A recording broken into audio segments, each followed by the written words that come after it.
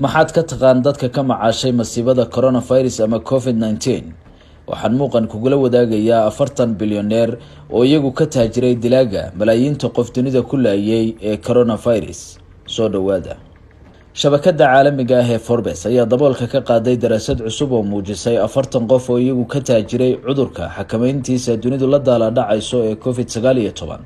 kaasoo mudan iyo magool badan oo bulshada caalamka ah nolosha seejiyay welina si xawli ah ugu sii faafaya adduunyada.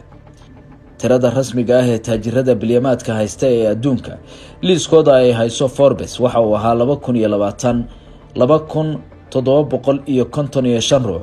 waxaase haatan 2021 oo aan weli la shaacin liiska rasmiga ah ee bilyaneerada si hordhac ah ugu soo biiray magacyada 40 qof ee ka macaashay dilaaga COVID-19 waxaana maalqabeenadan 14 kamid ah ay ka soo jeedaan China halka 9 kalena ay u dhasheen dalka Mareykanka. qaar kamid ah dadka liiskan ku jira oo ay kamid yihiin agaasimaha hay'adda Moderna Stephen Bancel iyo agaasimaha hay'adda BioNTech Ugur Sahin waxa ay noqdeen kuwa guri walba oo adduunka ah looga mahadceliyay midaasi oo ay ku mutaysteen horumarinta qaar kamid ah tallaalada lagula tacaalayo safmarka corona waxaana taasi ay qayb ka qaadatay inay magac iyo lacagba kasbadaan.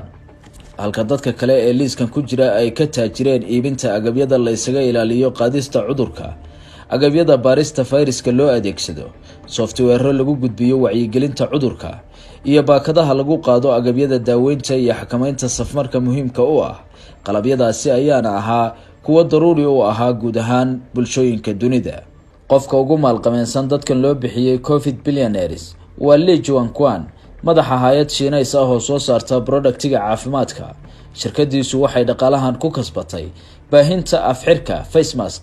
iyo badbaadinta nolosha dadka loo yaqaano frontline workers ee u badan shaqaalaha caafimaadka. ugu dambeyntiina sida ay warisay shabakada Forbes, taajirada bilyamaadka haysta ee adduunka ayaa dhaqaalahoodu kor u kacay sanadkan xadidan 13.1 trilyan oo dollar